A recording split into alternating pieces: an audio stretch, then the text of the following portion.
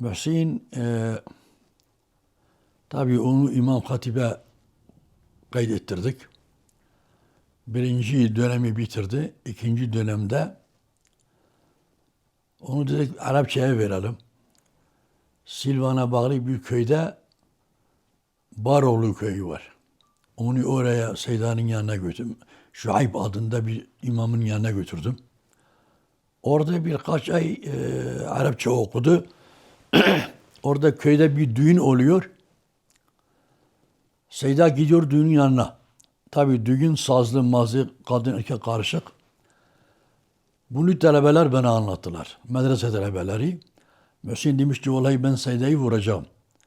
Nasıl böyle bir Seyda'dır? O gidiyor düğünün yanına. Aman etme eyleme. Neyse diyor havada yağmurlu, çamur. Diyor Seyda geldi diyor Mühsin alnına bir yumruk vurdu. Seyda sırt üstü yere düştü. Seyda orada baygınlığı geçirdi. Oğlan Mühsin eşyasını aldı gitti. Bize haber geldi. Ben işte bir ağabeyle beraber gittik diye oğlan Mühsin gitmiş. Neyse. Arkadaşlar dediler onu medreseden al. Okumasın. Köyde. İslam davasıyla tabi biz köyde ders yapıyorduk gençlerle. Vallahi Mühsin tabi ilkin okul okuyordu ben bilmiyorum onu. Fakat bize geldikten sonra gençlerle çok ilgileniyordu. Çok cömertti. Cömertlik yapıyordu. Çok ilgileniyordu. Gençler onu seviyorlardı. Seviyorlardı. Hatta bir adam vardı.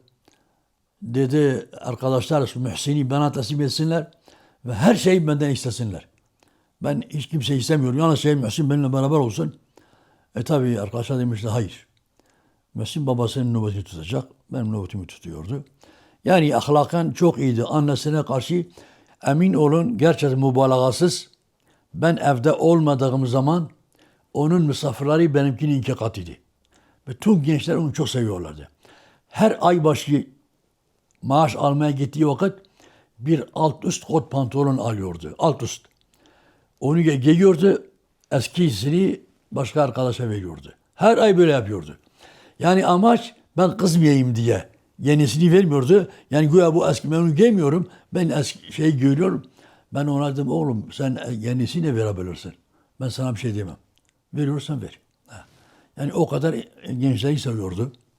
Çok seviyordu. Gençler de onu seviyorlardı. Çok seviyorlardı gençler. Biraz ahlakından bahsetme var. Vallahi ahlakı tabii ben baba olarak ahlakı çok iyiydi. Bana karşı da çok samimiydi. Bak Müslüman arkadaşlar ona demişlerdi sen babandan fazla ayrılma. Sürekli 2 metre arkamdaydı. Sürekli gece gündüz nöbetteydi. Nöbetimi tutuyordu. Herkes onu seviyordu. Ahlakını seviyordu. Hatta bizim komşunun 2 tane kızı vardı. Çok da iyi kızlar. Ben de çok seviyordum onları. Bir tane kız bana yazı gönderdi. Dedi Seyda beni Mühsin'e iste. Ben arkadaşlarına söyledim. Dedim ona söyleyin. Falan kız onu böyle istiyor. Arkadaşlar ona söylemişler. Demişlerdi vallahi ben de onu seviyorum. Fakat kız kardeşim gibi onu seviyorum. Benim evlenmem belli değildir. Bu dünyada mı, öbür dünyada mı? Ben şu anda evlenmeyi düşünmüyorum. Öyle demişti. Ahlaken de hem bana karşı, hem annesine karşı, hem millete karşı çok iyiydi. Gerçekten çok iyiydi. Demişti yahu siz nasıl bana evlenmeyi teklif ediyorsunuz? Doğru. Bu kadar mücadele varken, bu kadar şehit kardeşlerimiz, abilerimiz şehit olurken, ben de kalkıp da burada evlensem ben vicdani azap çekerim. Bunu söylemişti. Ki onunla hep bir hareket vardı. İslam için bir koşturmaca. Tabii çok hareketliydi. Gerçekten yani İslam konusunda hassastı. Çok hassastı. Valla şimdi şehadeti 3 ay maaş almamıştık. Maaş almıştım. Dedi baba ben maaş almaya gidiyorum. Dedim oğlum sen gitme. Biz başka bir köylüyü göndeririz. Yok dedi ben gideceğim. Bir düğün vardı. Düğün Diyarbakır'a gidecekti. Ben kalktım Şevket. Onunla beraber Şevket'i de gönderdim. Çınar'a gittiler. Onlara dedim Çınar'da dolaşmayın. Kimse sizi görmesin. Gitmişler Çınar'da dükkan dolaşmışlar. Her tarafı iş yapmışlar. Orada Şehit Fikri var. Şehit Fikri Allah rahmet eylesin. bizi de onun şehadetinden mahrum etmesin sevabından. Şehit Fikri onlara demişti siz nasıl böyle geldiniz? Tabi silahsız gitmişlerdi. Onlara silah temin etmişti. 2 tane silah elhamdülillah vardı. O da benim talebelerimden. Allah şehadetini kabul etsin. Demişti Muhsin siz arabaya benzin koy. Ben de çoktan babanı görmemiştim. Arabaya benzin koy ben sizi götüreyim. Kimse onları getirmiyordu.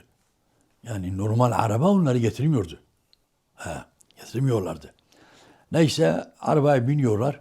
Tabi gelince saat 7 oluyor. 7 de kışın gecedir. Hava karanlıktır. Yolda demişler birbirlerine Muhsin demişti eğer PKK yol keserlerse şayet keserlerse ben onlara mücadele ederim. Siz inin. Siz kendinizi eğer yer tespit ettikten sonra bu sefer siz onlara ateş edin. Ben ineceğim.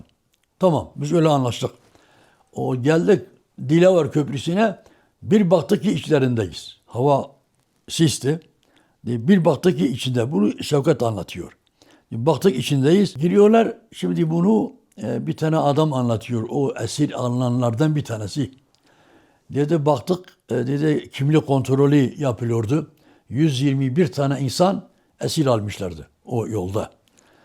İnsanları 3 gruba ayırmışlardı. Artık ne yapacaklarını biz bilmiyoruz. 3 gruba ayırmışlardı. Bir tane adam kimlik kontrolü yapıyordu. Korucu akrabaları, efendim süadleri belli olan tanıdıkları onlar ayrı grup. Daha sonra insanları 3 gruba ayırmışlardı. Dedi baktım birisi de taksi geldi. Vallahi ama o kimlik kontrolü yapan adam terörist hemen dosyayı bıraktı o kaçtı silahsız. Koştu taksinin önüne. Koştu. Dedi biz bakıyoruz cam indirildi. Çünkü arabanın farları araba taksinin içi de görünüyordu. Far yanıyor. Diyor cam indirildi. Adam elini uzattı. Kimlik herhalde istedi. O dedi baktık adam sırt üstü yere düştü. Dedi o kadar heyecanlıyız. Heyecanlıyız. Silahın sesi bize gelmedi. Allah Allah niye adam niye düştü ya? Diye orada militanlar da var. Bu adam niye düştü arkadaşımız? Yok ola bilmiyoruz. Hiç kimse o silah sesi duymamış demek ki.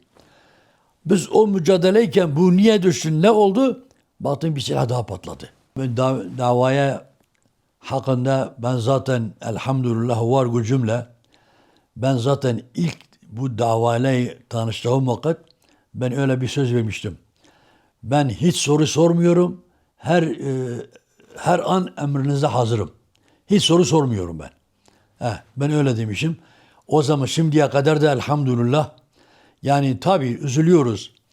Yani ben şahsen şahit edilirken ben hiç ağlamadım. Annesine de dedim bak ağlama. Millet demesin yani bunlar böyle zafiyet gösteriyorlar davaya karşı. Millet bilsin ki biz gerçekten dava adamıyız. Ne ben ağladım ne annesi ağladı. Ne annesi ağladı. Yalnız üzülüyorduk. Şu anda bak bahsedilince hemen gözlerimden yaş akıyor. Fakat o zaman yakmıyordu. Ben kendimi böyle tuttum. Ve elhamdülillah davaya bağlıyız. Var gücümüzle. Onun sevdiği o davaya biz inşallah ölünceye dek bu davadan vazgeçmeyiz, geçemeyiz de. Geçemeyiz de. Hepimiz bağlıyız. Arkadaşlara çok saygımız, sevgimiz sonsuzdur. Var gücümüzle bağlıyız. Elhamdülillah. Tamam burada bitirelim abi.